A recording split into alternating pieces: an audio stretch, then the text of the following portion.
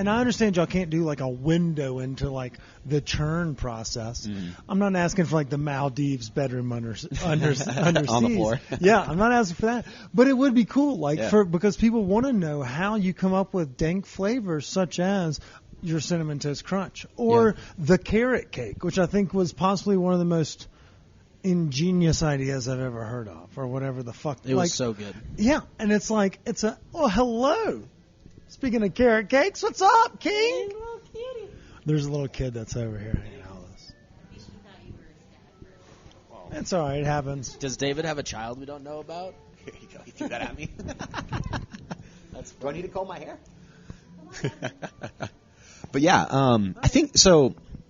What were the flavors? I think the flavors I gave you, if I remember correctly, when you were sitting on your ass like a gimp, cripple, because you don't know how to celebrate and play golf. We don't use the word gimp in 2021. We use physically disabled. I don't think that's actually fair. Let's go ahead and cut that out. I was lumping myself in a few. Physically handicapped? No, I was disabled at the time. I used a cane for a short time. I was not. Well, hello. What's up? Yeah, the kid's a gem. David just pet that child like a dog. He did. You looked so foreign to children. You're like, oh my God, what do I do to it? Like, do you Does it talk yet?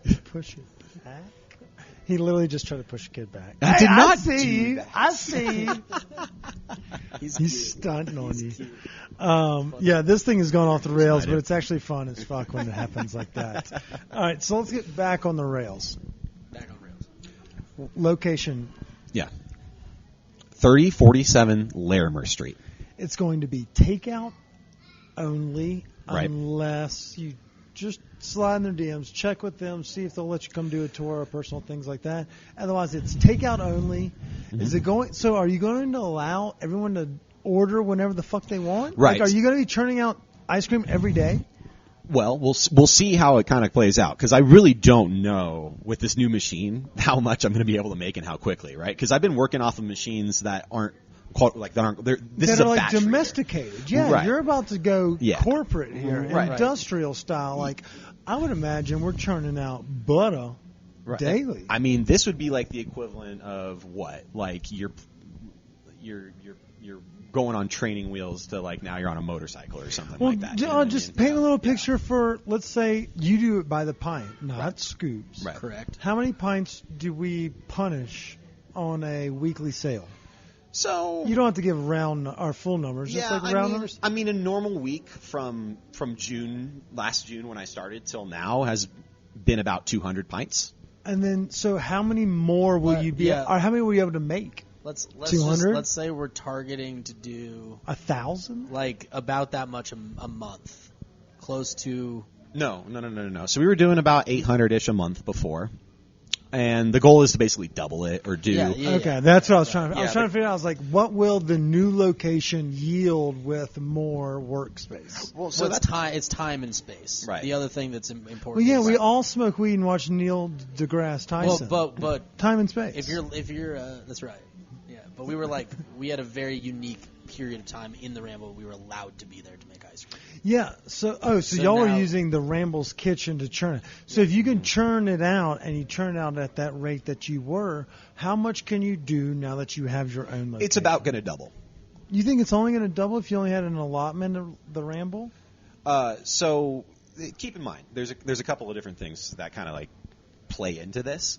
I'm not doing 50 different flavors every single week, right? So No, it'll still be like, Yeah. are you going to play the hits 4 or 5 a week? Yep, Yep. exactly. And then what are you going to say? Let's say something is super sexy. Will you bring one back? Like, I do all the time. Oh, yeah, we have like, kind of will we classics. keep one, like, or 2, or how many are we talking here? Yeah, I mean, so you're never going to see the same flavor on the menu back-to-back weeks. Okay, so it'll rotate it's on a probably weekly gonna be, basis. It's but probably going to be the more s- like 3 to 4 to 5 weeks that you'll see those really great, like those really cult classic-y flavors. Yeah. Now the thing is that I have a bunch of those, and we have a bunch of those. So like one week you might see cookies and cream, the next week you might see in your pocket, the week after that you might see like, nut fluff or whatever. So there's a variety of pints that people message me all day going, when are you going to do this one again? Like, this is my favorite one. Are you going to do that one, or are you going to do this flavor or anything like that? And I'm fucking trying. God damn it. I don't let anybody like dictate the like menu. We're actually like influence me on like what I'm doing that week. You know what I mean? Like, where did the names come from?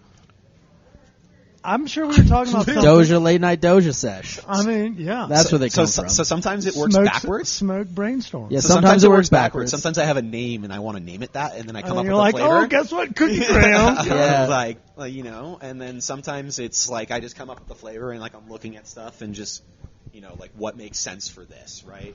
And then we do our own version of a lot of different flavors too. Like Boulder Turnpike is our version of Rocky Road, right? So it's just kind of like a play on Rocky Road, Boulder Turnpike, similar name, right? I couldn't even tell you what the fuck's in Rocky Road.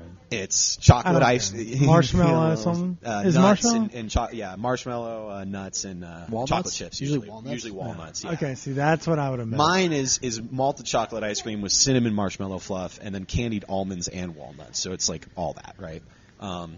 So we just try and like elevate it, like he was saying a little bit earlier. You know, we'll take a cult classic or something like that, or something that you're familiar with, or a childhood flavor that you really love, and just Wright cream it. You know. What's some of your favorite ones that you've created? And you're like, oh man, this bitch slaps. Wait. To be fair, David and I honestly like together we don't eat a ton of the ice cream. Oh, okay, Josh. Yeah. We don't. Looks like Little Red, David. right? No, he's like, There's a couple flavors we like a lot. We just ate the shit out of those cured meats and fried chicken. Well, so tell me again how you don't eat ice cream? No. It's not that. We eat no, it's just like we. There's never any left over. Yeah. Also, you know, if a flavor sucks, like. Do you know that it sucks, or do you still eat it? I don't want someone to eat it. I want someone. No one's ever told me that a flavor sucked. How many crash and burns have you had? You're like, oh, this doesn't play. Honestly, very few. The thing that we've run into, which is weird, is like a weird week of weather will affect our pre-orders, and that week might have coincidentally like different new flavors. Potentially a risk. Yeah. So like snow and rain on a Sunday, Monday is going to hinder the folks that are hankering for the. Frankly, what it comes down to is people sleep on flavors. You know, Yeah. like they want to see chocolate, they want to see vanilla, they want to see peanut butter, they want to see cheesecake, they want to see Oreos, they want to see all the shit that they love. Yeah, they don't want to see key lime. But when they see Key lime lemongrass, when they see Right. lemongrass vanilla People slept bean on it. with ginger root caramel and honey cookie streusel, they're like, That's the best "Ooh, flavor." I don't know, but like that's probably one of my best flavors for sure. That's You my know? favorite flavor that we've ever made is that lemongrass vanilla bean flavor. There's a lot going on in those words, and I think that can oftentimes be intimidating to the casual ice cream eater that's Sure. a Bluebell, or even those that go to a Mile High Creamery or the Little Man that they love salted Oreo or salted caramel. Great. They're like, well, we I do it hear too. that Wright cream is fantastic. What do we get? And then you see something that's like vanilla bean, lemongrass, chili powder, bleh. They're like, well, that's intimidating. And it's Sure, like I get going that. to a top-end restaurant when you're accustomed to Chili's. a middle-class fancy. Well, and there's nothing wrong with that because Right, I yeah, fucking... I love Chili's Southwest egg rolls. By the way, I'll Like- suck a dick in Chili's bathroom. I for fucking sure. love Fajitas it. are All great. day happy hour. The Southwest egg rolls are fantastic, and it's bottomless fries. Yeah. Like, Well, when seriously, you- kiss my ass. I fucking love that When shit. you go to a Little Man, like the ice cream experience is kind of single. But that's notes. what was the most exotic thing for most Right. folks that came from Bluebell. So we're in this Right. new realm of, obviously, But the now- young consumers our Right, age are doing it, right. but the kids that are going for sprinkles on top of bubblegum ice cream Right. are they supposed to be the ones that are eating the lemongrass, or No, do we have so- something for so, like, everybody? The idea is that, like, there's so different here's types of an ice- unreleased menu that I'm showing you right now.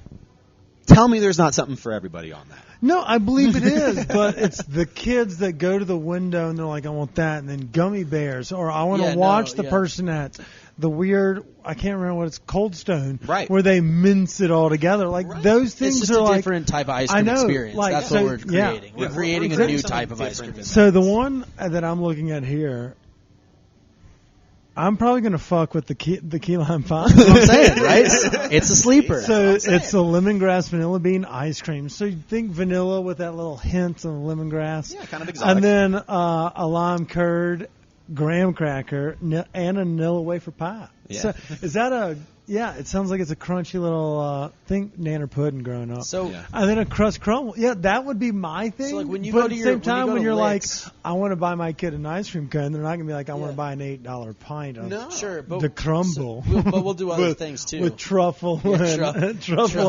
caviar. No, but I get it. Like it's perfect for us, and it's perfect for the person that got broken up with in January. There's something for everyone. It's like an ice cream but composition. how do you appeal to the Bluebell? So I'm happy that you say that. You say that it's for us. It's for me. I make these flavors because I want to make them, and I like them. It. I fucking eat them. I've had them. But for those that are listening that have never had it, why would they buy a $5.99 a pint or $7.99 a pint when you can buy a $6.99 key lime pie from Bluebell and Chancellor Styria? But also, like that's my point is like, how do we bring the casual consumer that has it in their freezer 6 months out of a year? How do we bring them over to the light side? Honestly, I think it's just a matter of trying it, and you got to be willing. Like, I'm going to have a flavor that's going to emulate something that you love. You know what I mean? Whether it be cheesecake or peanut butter cups or chocolate pretzels or whatever, I'm gonna. Yeah, there's a marshmallow in there as well. I mean, there's a lot. You have everything on. I'm gonna have something that you love and that reminds you of something that you love. And at the end of the day, like that's what this is all about. Is like creating like more memories for people and like new ice cream experiences and new food memories and stuff like that. And that's what this is really all about. Like that's why the flavors are what they are, because I don't look at it as like, okay, like this scoop of ice cream is this. I look at it as, okay, how can I make it something that somebody loved in a different way? You know what I mean? Like, and that's how I do it. And so I think the best thing you said right there is new ice cream. Mm-hmm. Like, I think you are one of the faces of the new ice cream. Like, you and those ones we mentioned earlier, like, they've kind of, like, pedaled between the two. But what you're doing here, it's like, let's take vanilla, but let's fucking light a fire under its ass. Right. Like, let's add some zest to it. Let's be a little herbaceous. Let's be a little rebellious, right. And so you have done that. You are kind of that new age ice cream, and you're in the right neighborhood for it, especially for our Denver community that's listening. Obviously fire in those orders online. Check them out on Instagram. It's at Wright Cream, RIGHT. Yeah, no W. No W. Did I say that already? No, you said it correct. You said it correct. No E at the end. Yeah, it's like right and wrong. I can be looking you dead in the eye, RIGHT, no W, and I can't find you in the system. Did you put a W? Every single time. Hey, as someone that's come from Stoned Appetit without a fucking E. Yeah. I get it. Yeah. Please don't put the E. Cannot. We'll dial that down, but if you heard that, I do apologize. Please don't put the E. There we go. Yeah, but I get it. So, yeah, definitely check these out. These are fantastic ideas. I like the concepts. Do you have something you can tease a little bit before we get into the personal questions? Do you have some new, when we open up the new location, do we have some flavors that you're waiting to showcase there? Let's see here. Yeah, give a little teaser. I'm just going to pull out. Dip the tip of your dick in the ink, and then just start writing. The short answer is David's texting me at like 2 a.m. menus he's coming up with, and I'm like, stop sending these to me. So here's a menu. Be like, hey, what do you think? Do you think this will slap? And you're like, dude, I'm fucking asleep. I'm like, I've been asleep for 2 hours. Yes, the new cinnamon ice cream will slap. The new whatever. Well, Josh, let me ask you, while he's looking up recipes, why don't you tell me a little bit about how does it fare as the business partner of someone that's trying to open a restaurant-style business in the middle of a fucking pandemic? Because this obviously the wheels have been churning before y'all sat down with me today or when we discussed this episode a month ago. Yeah. Obviously faith in David, and I can understand why his confidence is overwhelming.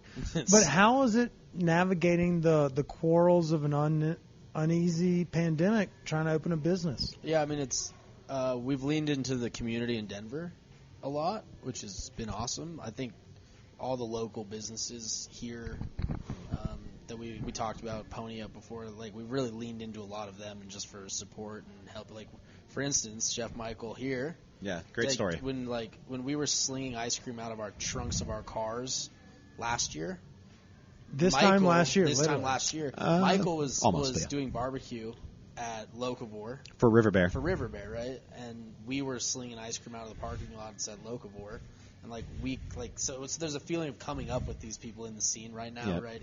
In during the pandemic. That's fucking righteous, right? No, it's a dope story. It's one of my favorite stories, seriously, because the way it worked, the way it started is I would deliver it, right, when I only had 30 people, 20 people, or whatever to drop it off to, no problem. But then the 5280 article came out, and there were too many orders to drive from. Shout out to Denise and Patty. Shout out to Denise. Shout out to Patty Caltham wrong. I know I said that correctly, and I doubt anybody else can. Fucking, Shout out to Denise and